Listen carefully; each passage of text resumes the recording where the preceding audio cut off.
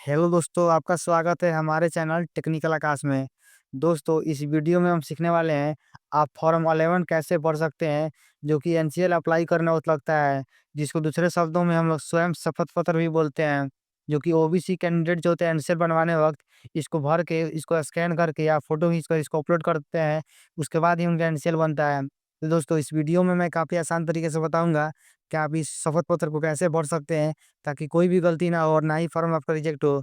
तो वीडियो को ध्यान से देखिएगा और लाइक ठोक के हमारे चैनल को सब्सक्राइब कर लीजिएगा। तो जैसा कि दोस्तों आप देख सकते हैं, मैंने यह फॉर्म खोल के रखा है। तो फॉर्म का जो दोस्तों नाम हुआ है वो है स्वयं शपथ पत्र। क्रीमी लेयर रहित प्रमाण पत्र हेतु यानी एनसीएल। अब दोस्तों चलिए समझ लेते हैं इसको भरना कैसे है।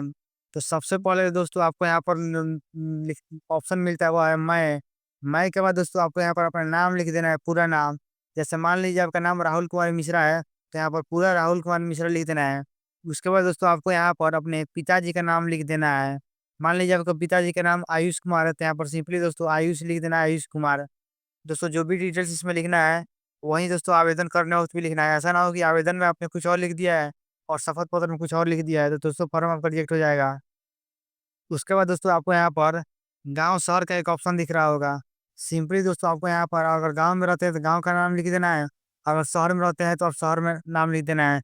मान लीजिए दोस्तों आप मोतिहारी में रहते हैं तो यहाँ पर मोतिहारी लिख दीजिए, और मान लीजिए किसी गाँव में रहते हैं, जैसे मान लीजिए परसौनी में, तो यहाँ पर परसौनी लिख दीजिए। उसके बाद दोस्तों आप जहाँ पे भी रह रहे होंगे वहाँ पे एक पोस्ट ऑफिस होता होगा आपके नज़दीक ही।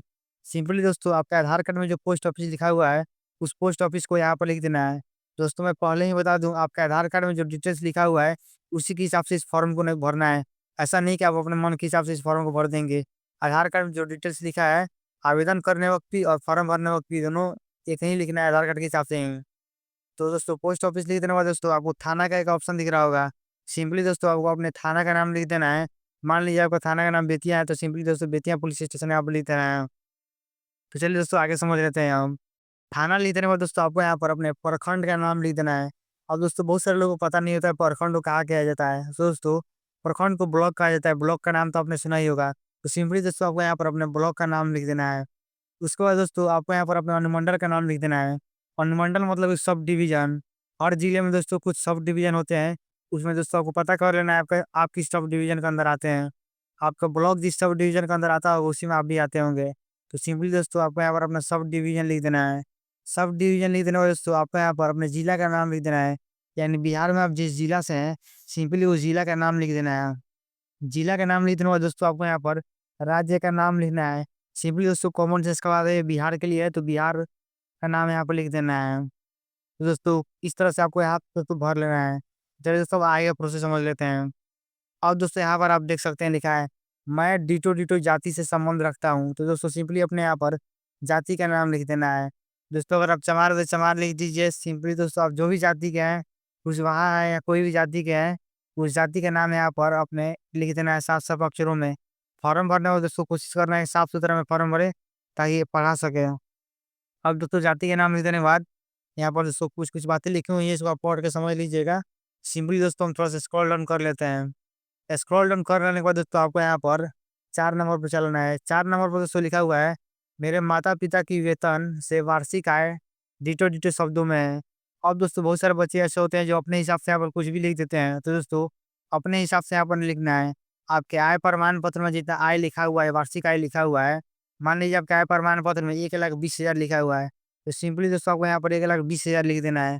ऐसा नहीं कि आय प्रमाण पत्र में 1,20,000 लिखा है और यहाँ पर आप 1,40,000 लिख दीजिए। अगर दोस्तों आप ऐसा करते हैं तो आपका फॉर्म रिजेक्ट हो जाएगा।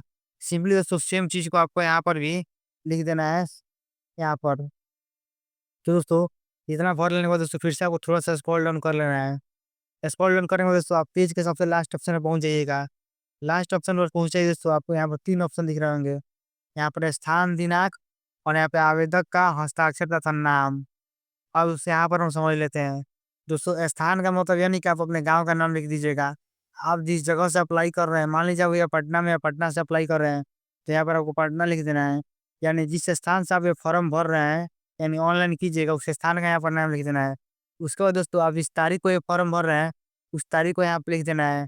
मान लीजिए आप दोस्तों 15 अगस्त को फॉर्म भर रहे हैं, तो यहाँ पर 15 अगस्त 2025 लिख देना है। तो स्थान और दिनांक लिख देने के बाद दोस्तों आपको यहाँ पर अपना हस्ताक्षर कर देना है। हस्ताक्षर जो है दोस्तों आप हिंदी, इंग्लिश किसी में भी कर सकते हैं। जैसे मान लीजिए आपका नाम राहुल कुमार है, तो आप हिंदी में भी कर सकते हैं या आपको इंग्लिश आता है तो इंग्लिश में भी कर सकते हैं। हस्ताक्षर में कोई दिक्कत नहीं है। तो दोस्तों इतना भर देने के बाद दोस्तों आपको इस फॉर्म को स्कैन कर लेना है या अगर आप फ़ोटो खींच के भी आप अपलोड कर सकते हैं। तो दोस्तों कुछ इस तरह से आप इस फॉर्म को भर सकते हैं। अगर दोस्तों आपके पास ये फॉर्म नहीं है तो आप मुझे इस नंबर पे कॉन्टैक्ट कर सकते हैं। मैं इस फॉर्म को आपके पास भेज दूँगा। तो चलिए दोस्तों वीडियो को यहीं पे समाप्त करते हैं।